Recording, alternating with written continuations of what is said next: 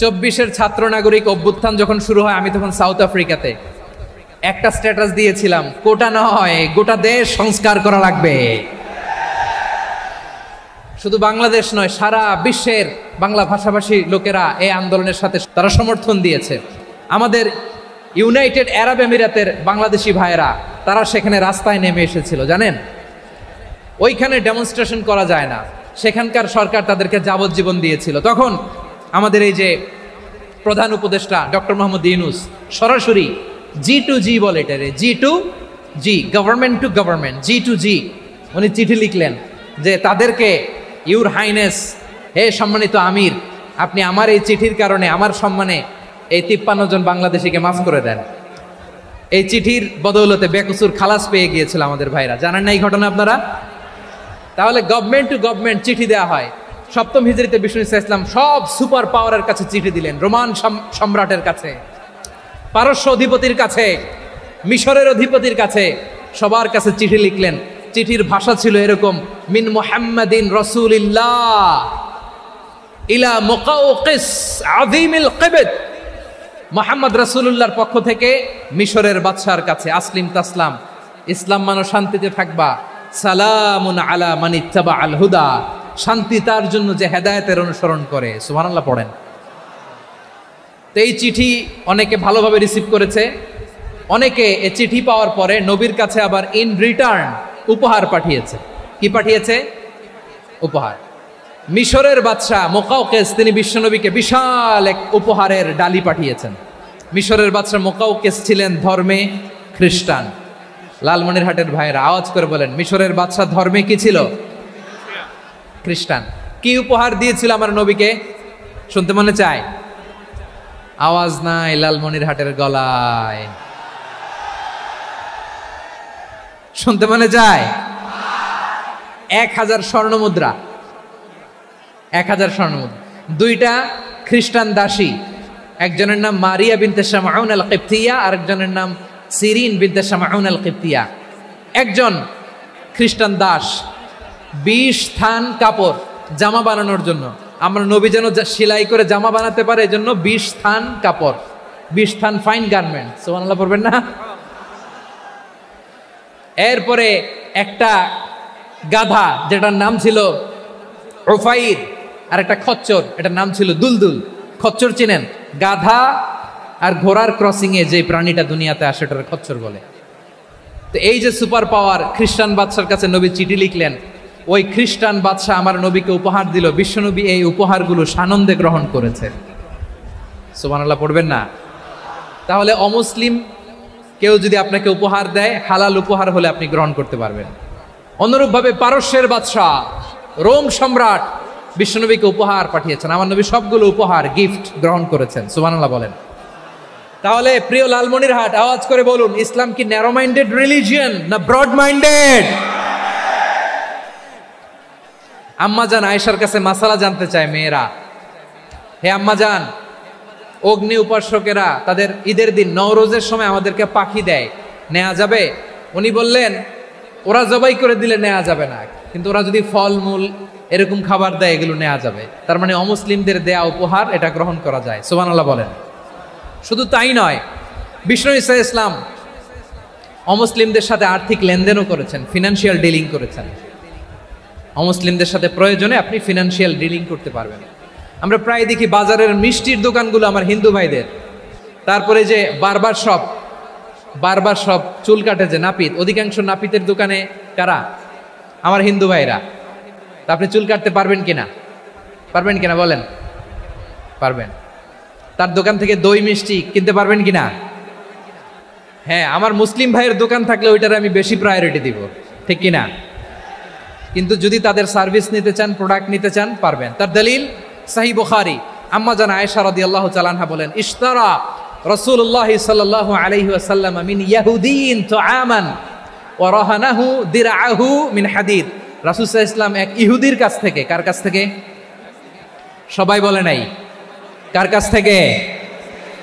আমার নবী, পেয়ারা নবী এক ইহুদির কাছ থেকে জব কিনেছিল, জব, বার্লি যেটা দিয়ে রুটি বানায়।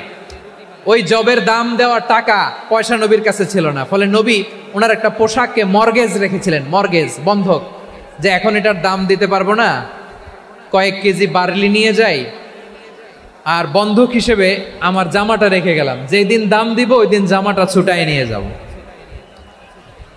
সুবহানাল্লাহ পড়বেন না? বাকিতে নিছিলেন, বাকিতে।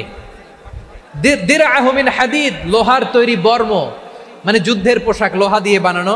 বিশ্বনবী বললেন কয়েক কেজি জব দাও, টাকাটা পরে দিব, এখন টাকা নাই, বন্ধক হিসেবে, মর্গেজ হিসেবে আমার জামা রেখে গেলাম, যখন টাকা দিব জামা ছুটায় নিব। আওয়াজ করে বলতে হবে সুবহানাল্লাহ। এ থেকে বোঝা গেল অমুসলিমদের সাথে ফিনান্সিয়াল ডিলিং করা যায়, অর্থনৈতিক লেনদেন করা যায়, কেনাবেচা করা যায়, প্রোডাক্ট কেনা যায়। এমনকি আমাদের মসজিদে নববীতে বারান্দায় আপনারা একটা অটোমেটিক ফ্লাইং আমব্রেলা দেখছেন? সূর্য যখন বাড়ে মসজিদে নববীর বারান্দায় ইয়ার্ডের মধ্যে অটোমেটিক্যালি কিছু আমব্রেলা আছে, সাঁ করে খুলে যায়, আর সূর্যের তাপ লাগে না। আবার সন্ধ্যাবেলায় এই আমব্রেলাগুলো ওরা ক্লোজ করে ফেলে, দেখেন নাই না? দেখছেন? এই মসজিদে নববীকে সর্বোচ্চ উন্নত মানের কনস্ট্রাকশন ইনফ্রাস্ট্রাকচারে ডেভেলপ করার জন্য কর্তৃপক্ষ কিছু অমুসলিম ইঞ্জিনিয়ারের, ডিজাইনারের সহায়তা নিয়েছিল। সুবহানাল্লাহ বলেন। কোন দলিলের ভিত্তিতে? এই দলিলের ভিত্তিতে যে বিষ্ণু ঈসা ইসলাম অমুসলিমদের সাথেও লেনদেন করেছেন। আওয়াজ করে বলতে হবে আল্লাহু আকবার। শুধু তাই নয়, ইন কেস অফ ইমার্জেন্সি, প্রয়োজনে ইসলামের খাতিরে, ইসলামকে সামনের দিকে এগিয়ে নিয়ে যাওয়ার জন্য অমুসলিমদের সাপোর্ট নেওয়া জায়েজ আছে। সুবহানাল্লাহ বলেন। অমুসলিমদের সাপোর্ট নেয়া, তাদের থেকে অর্থ নেয়া, পলিটিক্যাল সাপোর্ট, পলিটিক্যাল অ্যাসাইলাম নেওয়া জায়েজ আছে। আমাদের অনেক বিশ্ববরেণ্য দায়ীরা আমেরিকায় অস্থায়ীভাবে অ্যাসাইলাম নিয়ে থাকে, নিজের দেশে গেলে ফাঁসিতে ঝুলাই দিবে। যুগ যুগ ধরে দায়ীদের উপরে এরকম অত্যাচার আর নির্যাতন আছে না নাই?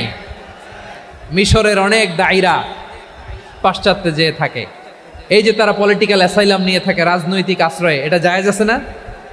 এটা যে জায়েজ আছে তার প্রমাণ স্বয়ং বিশ্বনবী সাল্লাল্লাহু আলাইহি ওয়াসাল্লাম পলিটিক্যাল সাপোর্ট নিয়েছিলেন অমুসলিমদের কাছ থেকে। সুবহানাল্লাহ বলেন। খুব মজাদার একটা ঘটনা, শুনবেন? আপনাদের আগ্রহ দেখে তো মনে হয় না শোনার ইচ্ছা আছে। আছে আছে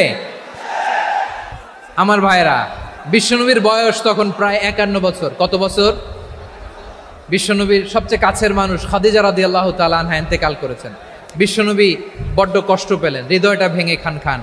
যিনি ঘরের ভেতরে বিশ্বনবীকে সান্ত্বনা দিতেন, ভালোবাসা দিতেন, বাইরে গেলে কুরাইশরা বকাঝকা করে, অত্যাচার করে, কিন্তু আম্মাজান খাদিজা রাদিয়াল্লাহু তাআলা আনহা ঘরটারে এমন শান্তির নীড় বানায় রেখেছেন, এই ঘরের ভিতরে ঢুকলে বিশ্বনবীর কলিজাটা ঠান্ডা হয়ে যেত।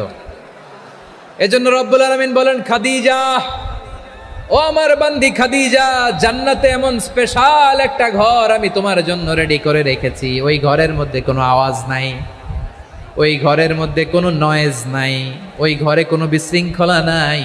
কারণ মক্কার জমিনে আমার নবী কুরাইশদের বিশৃঙ্খলা, নয়েজ আর ঝামেলাগুলোকে উপেক্ষা করে যখন তোমার ঘরের ভিতরে ঢুকতো, ঘরটারে তুমি শান্তির নীড়, ঠান্ডা, নীরব, নিস্তব্ধ, নিঝুম আর শান্তির নীড় বানিয়ে রেখেছ।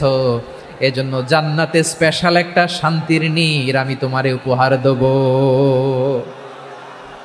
ওই প্রিয়তমা স্ত্রী খাদিজা ইন্তেকাল করলেন, বিশ্বনবীর হৃদয় ভেঙে খান খান। আবার ওনার চাচা আবু তালেব ইন্তেকাল করলেন, যিনি পলিটিক্যাল শেল্টার দিতেন নবীকে। কে দিতেন? আবু তালেবের ভয়ে, বিশ্বনবীর এই চাচার ভয়ে কোনো মুশরিক নবীর গায়ে হাত দেওয়ার সাহস পায় নাই। এখন স্ত্রীও নাই, চাচাও নাই, নবীকে আশ্রয় দেওয়ার কেউ নাই। নবীর চারদিকে অন্ধকার, নবী এখন কই যাবেন? আমার পেয়ারা নবী নতুন স্টেশন খুঁজতেছেন, নতুন দাওয়াতি প্ল্যাটফর্ম খুঁজতেছেন। তিনি যায়েদ বিন হারেসা রাদিয়াল্লাহু তাআলা আনহুকে নিয়ে মক্কার পাশের একটা নেইবরিং সিটি তায়েফে চলে গেলেন। কোথায় চলে গেলেন? লালমনিরহাটের ভাইয়ের আওয়াজ করে বলেন, কোথায় গেলেন? তায়েফে চলে গেলেন দিনের দাওয়াত দেওয়ার জন্য। কি দেওয়ার জন্য? নাকি জমি কিনতে গেছিলেন? জমি কিনতে, দুনিয়ার যশ খ্যাতির জন্য, নিজের কোনো লাভের জন্য? তায়েফবাসীদেরকে জাহান্নামের আগুন থেকে বাঁচানোর জন্য। আওয়াজ করে বলতে হবে ঠিক কিনা? বিশ্বনবী বিশাল মরুপথ, পাহাড়ি পথ পাড়ি দিয়ে তায়েফের মরুজমিনে গেলেন কোরআনের দাওয়াত নিয়ে, ইমানের দাওয়াত নিয়ে। কিন্তু তায়েফের লোকেরা বিশ্বনবীর দাওয়াতকে শুধু প্রত্যাখ্যান করেই থামে নাই, তারা বিশ্বনবীর সাথে অত্যন্ত খারাপ আচরণ করেছে, বিশ্বনবীকে শারীরিকভাবে হেনস্থা করেছে, আমার নবীকে শারীরিকভাবে অত্যাচার করেছে, আমার পেয়ারা নবীর গায়ে পাথর মেরেছে, বিশ্বনবীর গা বেয়ে ঝরঝর করে রক্ত ঝরেছে, নবী জামিনের মধ্যে লুটিয়ে পড়েছেন, আবার মেরেছে, আবার নবী হাঁটতে শুরু করলেন, পেছন থেকে আবার মেরেছে, আবার নবী রক্তাক্ত হয়ে জামিনের মধ্যে লুটিয়ে পড়লেন, আবার মেরেছে। বিশ্বনবীর মতো এত সুশ্রী মানব, বিশ্বনবীর মতো এত শুভ্র মানব, বিশ্বনবীর মতো এমন চমৎকার দেহাবয়ব দিয়ে রব্বুল আলামিন কাউকে বানান নাই। এরকম চমৎকার মানুষটাকে তারা তায়েফের ওই জমিনে রক্তাক্ত করেছে। বিশ্বনবী দুনিয়ার কোনো স্বার্থের জন্য সেখানে যান নাই, নিজের কোনো লাভের জন্য, প্রাপ্তির জন্য যান নাই, তায়েফবাসীদের জাহান্নামের আগুন থেকে বাঁচাতে গিয়েছেন। ঠিক কিনা বলেন?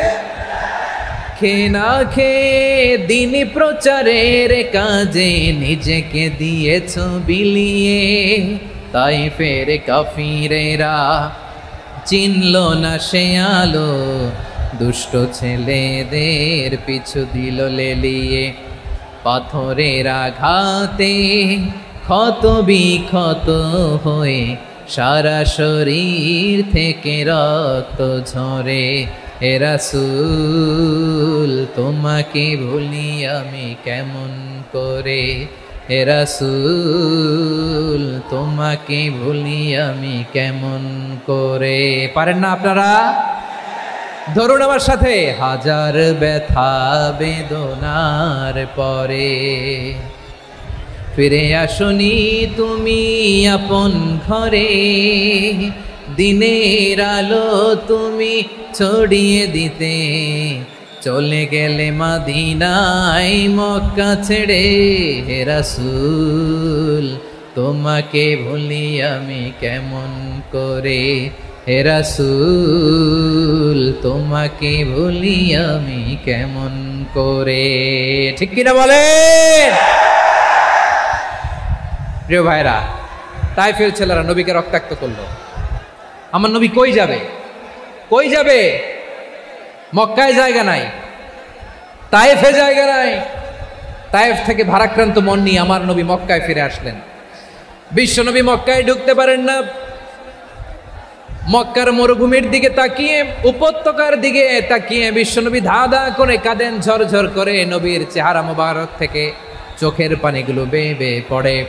আমার জন্মস্থান, আমার শৈশব, কৈশোর, যৌবন কেটেছে এই মক্কায়, আমার এলাকায় আমি ঢুকতে পারি না। বিশ্বনবী মক্কার অনতি দূরে দাঁড়িয়ে জায়েদকে পাঠালেন, জায়েদ যাও দেখো কেউ আমাকে সাপোর্ট করার মতো আছে কিনা, যাও অমুকের কাছে যাও। জায়েদ গেলেন, তারাও প্রত্যাখ্যান করে ফিরিয়ে দেয়। বিশ্বনবী বললেন যাও অমুক লোকের কাছে যাও, তিনিও প্রত্যাখ্যান করে ফিরিয়ে দিলেন। কেউ বিশ্বনবীকে আশ্রয় দিতে রাজি হয় না। নিজ জন্মভূমিতে বিতাড়িত বিশ্বনবী, সর্বশেষ বিশ্বনবী বললেন যাও মুতঈম ইবনে আদির ঘরে যাও। মুতঈম ইবনে আদি মুশরিক, তার কাছে যাও। গেলেন, মুতঈম ইবনে আদি রাজি হয়ে গেল। সুবহানাল্লাহ বলেন।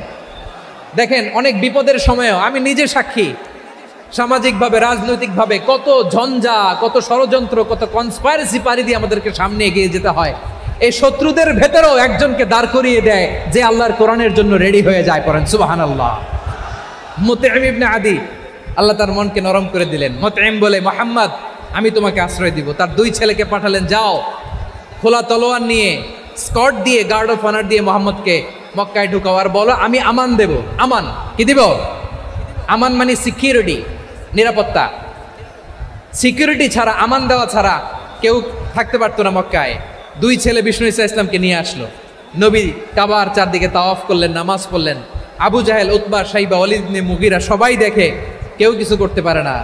কারণ মুতঈম ইবনে আদি ঘোষণা দিয়েছেন আমি মুহাম্মদকে আমান দিয়েছি, মুহাম্মদের গায়ে যেন কেউ স্পর্শ না করে। আওয়াজ করে পড়েন সুবহানাল্লাহ। নবীর এই বিপদকালে মুহূর্তে মুতঈমের হৃদয়টারে নরম করে দিল কে? আচ্ছা লালমনিরহাটের ভাইয়েরা বলেন, এই মুতঈম কি মুসলিম ছিল না মুশরিক? সবাই বলতে হবে মুসলিম না মুশরিক? তাহলে মুশরিকের কাছ থেকে নবী পলিটিক্যাল অ্যাসাইলাম, আধুনিক রাষ্ট্রবিজ্ঞানের ভাষায় পলিটিক্যাল অ্যাসাইলাম, যেটাকে বলে রাজনৈতিক আশ্রয়। ওনার আমান বা নিরাপত্তার এই ঘোষণায় তিনি মক্কায় ঢুকলেন। যতদিন নিরাপত্তা ছিলেন। মোতেম যখন মারা গেল, বিষ্ণু ইসলাম হিজরত করে মদিনায় চলে গেলেন। সুবহানাল্লাহ। কিন্তু মোতেম যে বিশ্বনবীর উপকার করছে এটা বিশ্বনবী ভুলে নাই। আমাদের অনেকে আছে উপকার করার পরে আর খেয়াল থাকে না, খাওয়ার পরে গলা দিয়ে নামলে আর খেয়াল থাকে না, এরকম আছে না নাই? আমার নবী ভুলে নাই। বদরের প্রান্তরে 70 জন কাফেরকে যখন বন্দি করে বিশ্বনবীর সামনে হাঁটু গেড়ে দাঁড় করানো হলো, বসানো হলো, 70 জন কাফের। কয়জন? বিশ্বনবী তাদের দিকে তাকিয়ে বললেন, সহিহ বুখারীর বর্ণনা, লাউ কানাল মুতঈম ইবনে আদি হাইয়ান সুম্মা কাল্লামানি হাউলাই নাতনা লা তারাকতুহুম লাহু। বদরের প্রান্তরে 70 জন বন্দি কাফিরের দিকে তাকিয়ে আমার নবী বললেন, আজকে মুতঈম ইবনে আদি যদি বেঁচে থাকতো আর তোমাদের 70 জনের ব্যাপারে যদি মুতঈম এক বাক্যে একটা সুপারিশ করত, তার সম্মানে আজকে তোদের সবাইকে আমি মাফ করে দিতাম। সুবহানাল্লাহ। নাই? বিশ্বনবী মুতঈমের এই সাহায্যের কথা বলে নাই। 70 জন মুশরিক হাঁটু গেড়ে বসা, নবী চাইলে এখনই এক্সিকিউশন অর্ডার দিতে পারে। তিনি বললেন, আজকে যদি মুতঈম বেঁচে থাকতো আর মুতঈম যদি তোদের জন্য সুপারিশ করতে, এই আবর্জনাগুলোর ব্যাপারে সুপারিশ করতে, আমি মুহূর্তেই তোদেরকে এমনি মাফ করে দিতাম। এবার বলেন, ইসলাম কি ন্যারো মাইন্ডেড না ব্রড মাইন্ডেড? শুধু তাই নয়, যাকে যে সম্মান দেয়ার আমার নবী দিতেন, হোক আস্তিক হোক নাস্তিক, হোক মুসলিম হোক অমুসলিম। বিষ্ণু ইসলাম যখন রোমান সম্রাটের কাছে চিঠি লিখেছেন, আমার প্রিয় লালমনিরহাটের ভাইরা, অল্প কয়েক মিনিট কয়েকটা জরুরি কথা বলবো, এদিকে তাকান, এদিকে। রোমান সম্রাটের কাছে বিশ্বনবী যখন চিঠি লিখলেন মিন মুহাম্মদ রাসূলিল্লাহ ইলা হিরাকলা আযীমির রোম, মুহাম্মদের পক্ষ থেকে হিরাক্লিয়াসের কাছে, যিনি হচ্ছেন আযীমির রোম। এটা নবী নিজ থেকে বানায় লিখছেন, অতিরিক্ত সম্মান দিয়ে। কোন রাষ্ট্রপ্রধান যখন আসে তাদেরকে আমরা কি বলি জানেন? তার নামের শেষে HE এটা লিখতে হয়, H.E. মানে হিজ এক্সেলেন্সি। কি লেখে? হিজ এক্সেলেন্টি, অথবা ইউর হাইনেস, ইউর ম্যাজেস্টি। দেখেন, বিশ্বনবী সাল্লাল্লাহু আলাইহি ওয়াসাল্লাম সব নবীদেরও নবী।